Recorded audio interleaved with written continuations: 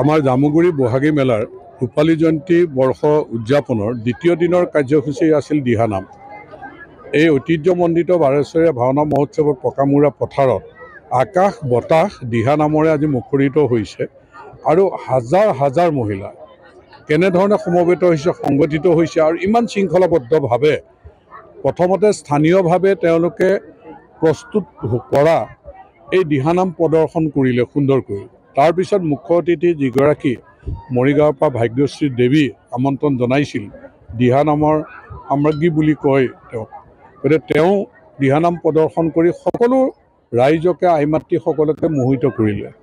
গতিকে ৰূপালী জয়ন্তী বৰ্ষ উদযাপনত এনেধৰণৰ কাৰ্যসূচী এটা সংলগ্ন কৰাৰ কাৰণে মই উদযাপন সমিতিৰ সকলোলৈকে, যদিও মই সভাপতিৰ দায়িত্বত আছোঁ, এই যে গোটেই পৰিকল্পনাটো কৰাৰ ক্ষেত্ৰত সকলোৱে যিখিনি সহযোগিতা কৰিলে তেওঁলোকলৈ মই বিশেষভাৱে ধন্যবাদ কৰিছোঁ। ৰাইজৰ সহযোগিতাৰ কাৰণেও ধন্যবাদ জনাইছোঁ যে দুটা বিষয় বিশেষকৈ ইয়াত দিহানাম আৰু বিহু নৃত্যৰ যিটো প্ৰদৰ্শন, কালিলৈও হাজাৰ হাজাৰ নাচনীক লৈ পেলাই ইয়াতে একেলগে বিহু নৃত্য প্ৰদৰ্শন কৰিব। যে আমাৰ আচলতে জাতীয় উৎসৱ এই ৰঙালী বিহুত প্ৰকৃতিৰ লগত নিবিড় সম্পৰ্ক থকা, ইয়াত জাতীয় প্ৰেম জাগ্ৰত হয় আৰু গুৰুজনাৰ প্ৰতিও আমাৰ সকলোৰে শ্ৰদ্ধা ভক্তি আচলতে বৃদ্ধি হয় এই সময়ছোৱাত।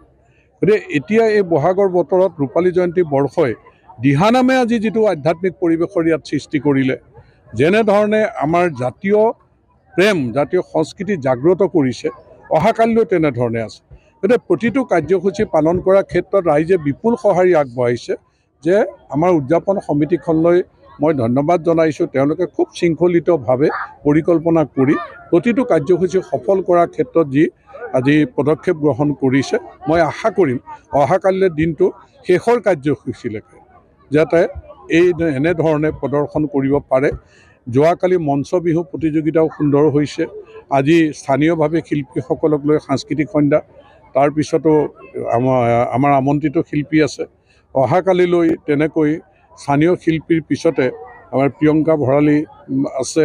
গতিকে গোটেই অনুষ্ঠানখিনি সুন্দৰকৈ আগবাঢ়ি যাব, ৰাইজ সন্তুষ্ট হৈছে। গতিকে মই আয়োজকসকললৈকে ধন্যবাদ জ্ঞাপন কৰিছোঁ, শুভেচ্ছা জনাইছোঁ।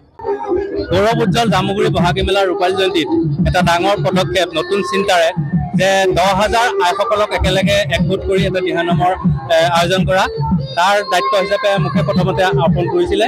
আৰু সেই মৰ্মে আমি বিভিন্ন আলোচনা বিলোচনাৰ মাজত আমি এটা সিদ্ধান্ত কৰিলোঁ যে আমি 10,000 আইসকলক একগোট কৰি নদৰবাসীৰ আইসকলক একগোট কৰি আমি এটি দিহানাম কৰা হ'ব।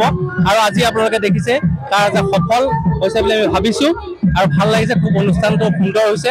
এই সুযোগতে আমি নদৰবাসী সমূহ আইসকলক আমি হৃদয়ৰ পৰা ভক্তি ভৰা সেৱা নিবেদন কৰিছোঁ। তেখেতসকলে আমাৰ এই চিন্তাক, আমাৰ এই আয়োজনক যিদৰে সহানুভূতিৰে তেখেতসকলে নিজৰ গাঁঠিৰ ধন ভাঙি আমাৰ মাজত আহি এই দিহানাম ভাগ সফল কৰাৰ ক্ষেত্ৰত যি অৰিহণা আগবঢ়ালে, এই যোগাযোগক আমি তেখেতসকললৈ ধন্যবাদ আৰু কৃতজ্ঞতা জনাইছোঁ।